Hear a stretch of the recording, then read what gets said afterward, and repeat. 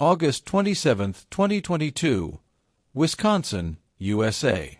It was a warm summer evening in Wisconsin, but for one young couple, the night was about to take a dramatic and downright ridiculous turn.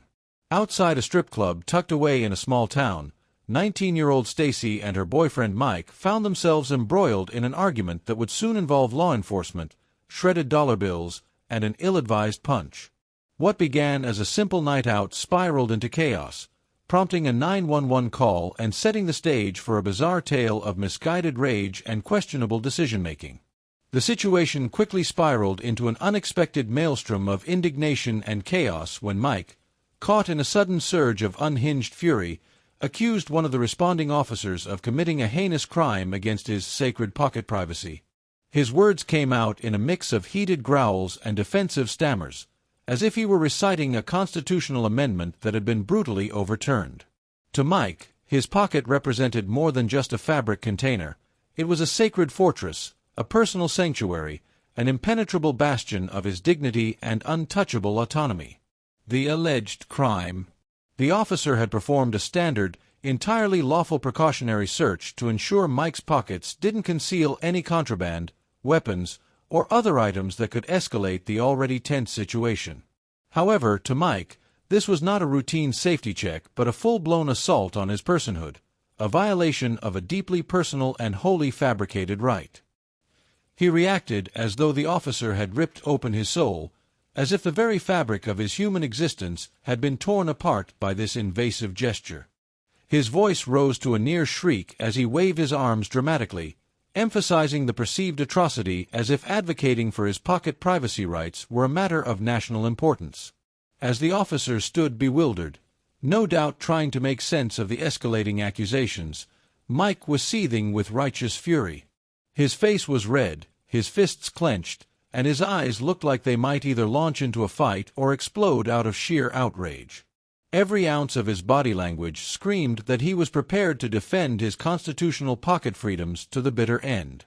The situation, which had already been tense, grew more ridiculous by the second, as Mike's words and gestures transformed an otherwise mundane police interaction into a dramatic, near-comedic standoff fueled by misplaced anger and a warped sense of personal boundaries. It was a truly surreal moment, one where the officer, probably accustomed to shouting and adrenaline but not grandiose arguments about pocket sanctuaries, found himself staring at this erratic, furiously defensive man in disbelief. Meanwhile, Mike's brain appeared to be operating on a loop of rage and constitutional fervor, utterly convinced that his dignity had just been stripped away in the most brutal manner possible. With all the theatrical flair of a reality TV meltdown, complete with dramatic hand gestures and a voice that cracked under pressure, Mike threw his head back and bellowed, "You have no right," like a man channeling the righteous fury of 1,000 protests. His words, fueled by a mixture of anger, pride, and a possibly misguided sense of heroism, hung in the air for a dramatic moment. And then, like an overzealous boxer in a poorly choreographed fight scene, he wound up and hurled a haymaker at the unsuspecting officer standing calmly in front of him. The punch was intended to be a decisive, powerful strike, a symbol of defiance against what Mike perceived as an unjust attack on his honor and pride. Unfortunately for Mike, his form was about as impressive as that of a malfunctioning windmill in a hurricane.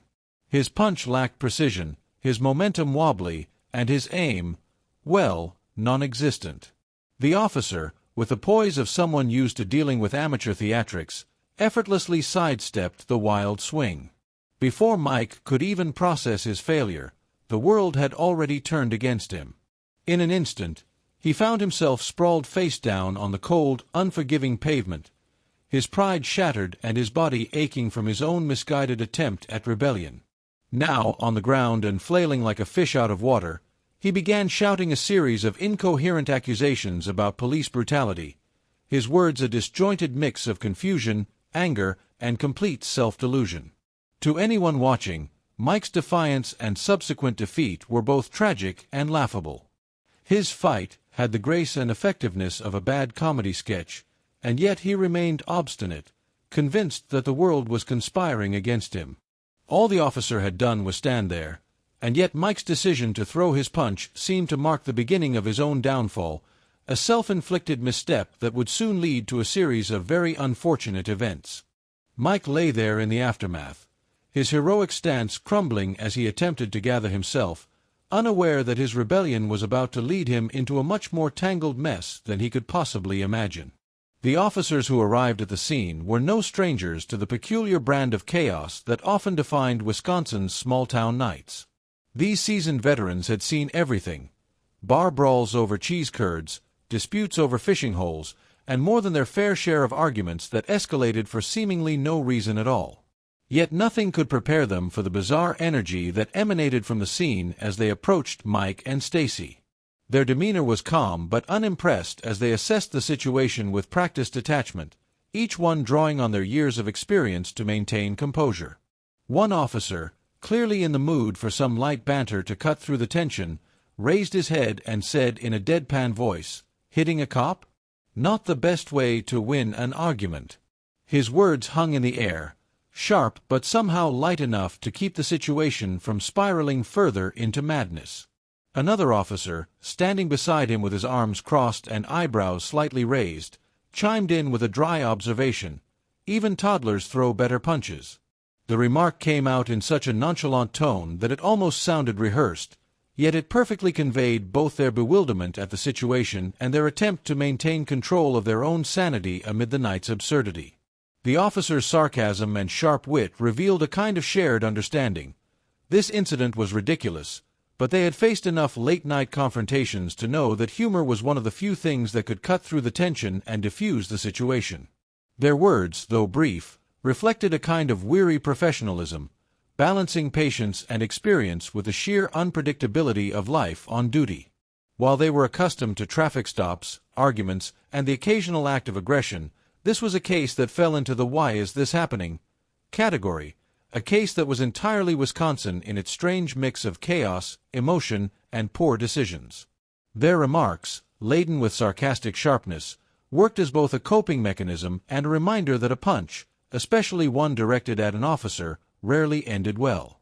As they assessed Mike's defensive body language and Stacy's troubled expression, the officers knew they'd be spending the next few hours untangling this mess.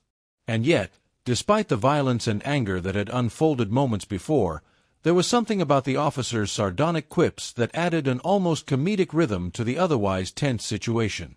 As Mike continued his tirade, he barreled through a series of impassioned defenses that seemed half pride, half panic, a man clinging desperately to his crumbling plan like a captain refusing to acknowledge that the ship has already hit an iceberg.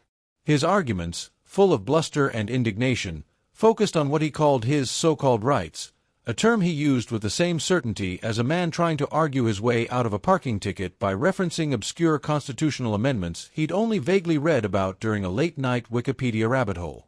Yet, through all his shouting, the officers remained as calm and composed as seasoned poker players facing a particularly unstable bluff. They weren't shocked, nor were they intimidated. They knew the unspoken law that Mike had apparently forgotten, or perhaps never learned. Assaulting law enforcement officers is universally regarded as an exceptionally poor life choice. In fact, the legal system had frowned upon such actions for a very long time. So long, in fact, that it could safely be categorized as one of those timeless truths, much like gravity, taxes, and the fact that no amount of shouting or stomping would make the police back off. Mike's logic, however, was a tornado of bad decisions fueled by emotion, insecurity, and the kind of self-righteousness that could only come from someone with a fundamental misunderstanding of cause and effect. He continued his shouting spree, entirely convinced that his position was rock solid and entirely blind to the simple truth that his actions only further cemented his downward spiral. The officer's calm response, equal parts experience, patience, and sheer professionalism, served as a stark contrast to his increasing instability, painting the picture of a man on the verge of learning an extremely hard lesson about consequences. What followed was nothing short of a comically chaotic spectacle, the kind of scene that would make even the most seasoned police officers momentarily doubt the absurdity of real life. Mike's protests escalated with each passing moment, his voice rising in volume as his gestures grew more exaggerated, flailing arms, dramatic hand movements, and the occasional impromptu attempt to reason his way out of the mess. His face turned a deep shade of red, a physical manifestation of the spiral he was now careening into.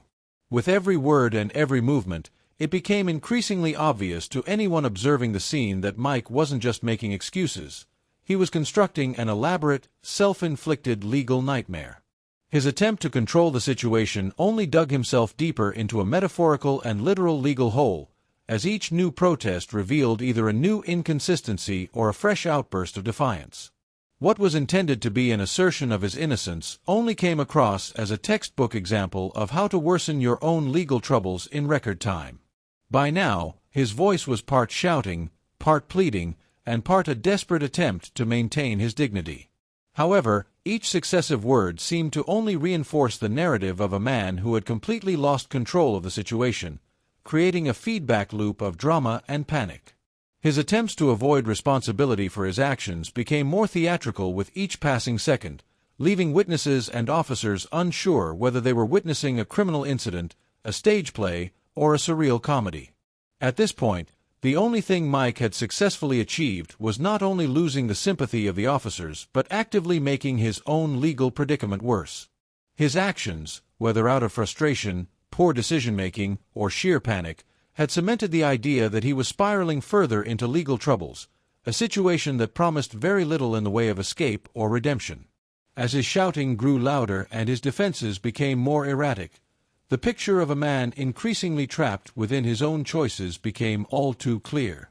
Things took a sharp nosedive into chaos when Mike, with all the confidence of a man who clearly watched too many legal dramas, suddenly decided to put on his best courtroom lawyer persona. His voice cracked as he pointed an accusatory finger at the nearest police officer, his voice rising like a symphony of indignation and misplaced bravado. "You can't just reach in there. That's my space," he bellowed, his voice both defiant and incredulous, as though he had just caught the officer in the act of committing a federal crime rather than, perhaps, conducting a routine search. His voice trembled with a mixture of panic and anger, as if the very idea of having one's pocket privacy violated was an unforgivable assault on basic human rights. He clutched at his jeans like they were a sacred relic, as though his jeans alone held the last vestiges of his dignity and autonomy. His face was red, his breathing rapid, every bit the picture of a man spiraling into the depths of poor decision-making. Unfortunately for Mike, his version of justice didn't involve calm negotiation, sound legal arguments, or a polite exchange of perspectives. Instead, he opted for the most primal and least rational course of action available to him: violence. In a moment of sheer rage and zero thought, Mike reared back his fist and launched it forward in an unhinged blind swing. The punch was less calculated courtroom strategy and more the kind of decision one would expect from a man who had forgotten his anger management class mid-semester. The impact was swift and unmistakable. His fist collided squarely with the officer's cheek, a punch that, judging by the sound and the startled reaction of everyone nearby, would rank as one of the least well-executed attacks in recent law enforcement memory. Mike froze for just a second, his eyes wide as if even he were surprised by the sheer audacity of his own actions. His hand hovered awkwardly in the air for a moment, like a boxer pausing to reconsider their choices mid-round. The officer, stunned and momentarily caught off guard, stared at Mike as if trying to decide whether this was an unfortunate accident, a bad joke, or a clear-cut case of self-inflicted disaster. Mike, meanwhile, stood there, still clutching his jeans with a kind of desperate intensity that suggested he might have hoped his pocket might spontaneously open a magical portal out of the situation. And just like that, Mike's attempt to prove his innocence, or at least make his case, spiraled into a violent, ill-conceived misstep, further complicating the evening, his relationship, and his entire legal standing. The punch didn't pack much power, but it certainly packed consequences. Within seconds, Mike was face down on the pavement, his protests of police brutality echoing through the night like the soundtrack to his own bad decisions. "This is oppression," he screamed, though his muffled cries were somewhat undermined by the fact that his nose was now pressed against concrete. The officers, visibly unimpressed, didn't bother hiding their exasperation. One officer leaned in and, with a kind of calm only years on the force could cultivate, muttered, You know, punching a cop isn't exactly a loophole in the law. The suspect's rebuttal? More shouting, this time about constitutional rights, personal freedom, and something vague involving alien conspiracies, all of which did little to change the fact that he was now in handcuffs. If there was ever a crash course in what not to do during an encounter with law enforcement, Mike had just become the poster child. The boyfriend's self-proclaimed revolution against authority didn't fizzle out with a single punch. It erupted into a full-blown theatrical performance. Fueled by a bizarre mix of adrenaline, misplaced bravado, and what could only be described as an utter disregard for personal safety, he unleashed a series of increasingly erratic moves. He headbutted one officer with the enthusiasm of a soccer player aiming for the winning goal, spat at another like he was auditioning for a role in a zombie apocalypse film, and even attempted to bite, though whether this was out of desperation or some primal instinct, no one could quite tell. As if the physical chaos weren't enough, he decided to spice things up with some verbal acrobatics. Between headbutts and flailing limbs, he made wildly creative claims about concealing drugs in places no one dared to imagine. For a brief moment, the officers were left questioning whether they were arresting an actual person or an over-the-top villain from a low-budget action movie. The scene was surreal. Flashing police lights illuminated the scuffle as the boyfriend's erratic behavior drew a small, gawking crowd of late-night onlookers. Some bystanders whispered in disbelief, others laughed nervously, and one person reportedly asked, "Is this some kind of performance art?" The officers, however, were far from amused. Their patience dwindled as they struggled to subdue a man who seemed more determined to cause chaos than to face reality. By the end of the melee, it was clear this wasn't just a case of resisting arrest. It was a full-scale audition for Wisconsin's most chaotic citizen. The officers, seasoned but visibly exhausted, finally managed to restrain him, though they couldn't help but exchange incredulous looks as if silently asking, "Did that really just happen?" While officers were busy containing her boyfriend's fury, Stacy took a moment to recount her side of the story, her voice tinged with equal parts frustration and resignation. According to her, what had started as a spontaneous decision to make some quick cash as a dancer quickly spiraled out of control when Mike erupted in outrage. His protests ranged from calling her choice embarrassing to dramatically snatching the wad of dollar bills she had earned, as if staging his own poorly scripted soap opera. Through it all, Stacy seemed surprisingly calm, even brushing off the shredded remains of her tips with a shrug. "He's always been dramatic," she quipped, her tone suggesting she'd long since grown accustomed to his antics. When asked if she wanted to press charges, she let out a dry laugh. "For what? This is just Tuesday for us. Life on the streets isn't exactly a sitcom, but it sure has its moments."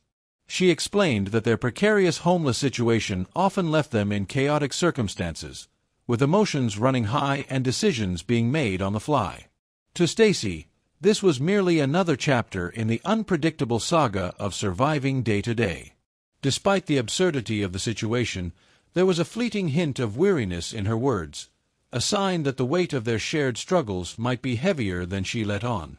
The officers, perhaps unsure whether to sympathize or shake their heads, simply noted her refusal to press charges and returned to the task of dealing with her increasingly unhinged boyfriend. For Stacy, however, the night's events were just another absurd page in what she called the world's most dysfunctional love story. Back at the squad car, the suspect seemed determined to demonstrate why he was, quite literally, his own worst enemy. Fueled by a cocktail of frustration, defiance, and perhaps a touch of theatrical flair, he began repeatedly banging his head against the window of the police vehicle. The thuds echoed through the night, a percussive soundtrack to his unraveling composure. Officers, clearly unimpressed with his self-destructive performance, decided to strap on a spit hood, a necessary, albeit slightly absurd, precaution to protect themselves from further outbursts of saliva-based hostility. As if the scene couldn't get any more ridiculous, the story took another turn when the suspect was transported to the local hospital. Staff there, who seemed to know him all too well, collectively decided they'd had enough of his antics. "No, thank you," might as well have been their official statement as they declined to admit him, citing concerns for the safety and sanity of their overworked team. One nurse reportedly muttered, We save lives, not babysit tantrums. For the officers, it was a baffling mix of relief and annoyance. On one hand, they wouldn't have to deal with more hospital paperwork. On the other, they were left wondering what could possibly come next from a man who seemed hell-bent on making every moment of his arrest a spectacle. As the suspect's erratic behavior continued to spiral, medics made the decision to sedate him, a choice as much for his safety as for the sanity of everyone else involved. The sedative finally quelled his outbursts, but his troubles were far from over. Charged with battery against law enforcement officers and resisting arrest, he stood before the court with an air of defiance, as if daring the legal system to take him seriously.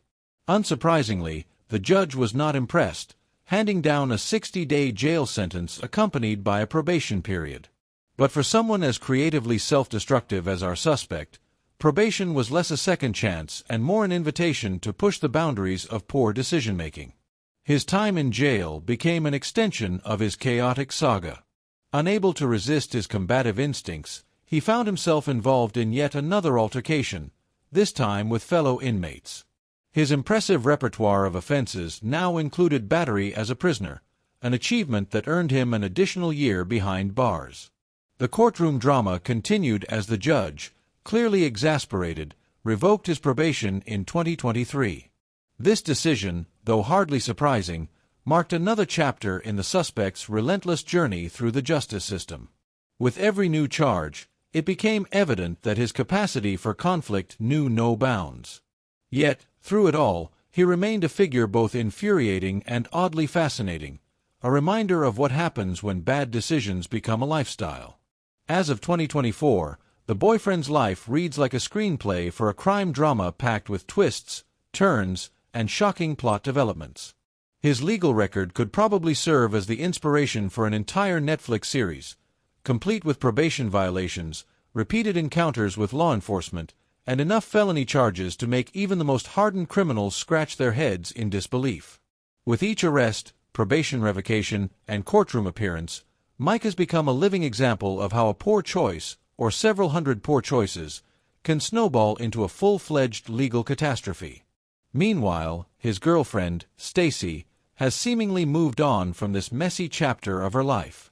While Mike remains tangled in legal battles and a series of misfortunes, Stacy's story has likely shifted toward brighter paths, free from the turmoil of stolen tips, punched officers, and arguments in Wisconsin strip clubs. She has found a way to let go, perhaps learning the hard lesson that sometimes the best way to survive is to simply leave chaos behind. Mike, however, stands as an unfortunate cautionary tale, a prime example of what happens when you combine impulse, poor decision-making, and a complete disregard for consequences. Punching a police officer, a decision that should have never seemed like a viable choice, ultimately sealed his fate. Likewise, snatching your girlfriend's strip club earnings, regardless of how angry you are, is a surefire way to ruin your life, your reputation, and your freedom. Now, as his life continues behind bars and his legal troubles stack up higher than his bank account ever did, Mike's story serves as a grim reminder. Rash decisions can have long-lasting consequences. In the end, this messy chain of events proves that actions, even when fueled by emotion or frustration, come with a steep price tag. For Mike, that price will likely remain years of jail time, broken relationships, and a very bruised sense of judgment. The story of Mike and Stacy is not just a humorous incident filled with drama and tension, it also carries profound life lessons. From violating the law to impulsive actions during moments of anger, every event in their story led to consequences that could not be changed. Mike found himself facing a series of criminal charges, legal violations, and long-term sentences due to a series of poor decisions made in a moment of lost control. The lesson to take from this story is clear. Impulsive behavior, anger, and a lack of careful thought can lead us into situations with no way out. Particularly, taking aggressive action against law enforcement or stealing another person's property, whether it involves a girlfriend, a stranger, or anyone, can have severe and irreversible consequences. Furthermore, the story serves as a reminder of the importance of self-restraint and making wise choices in every situation. Ultimately, this story is more than just a physical altercation and a legal sentence. It is also a powerful reminder not to let anger and recklessness dictate our actions. In life, every choice we make and every action we take can have long-lasting repercussions.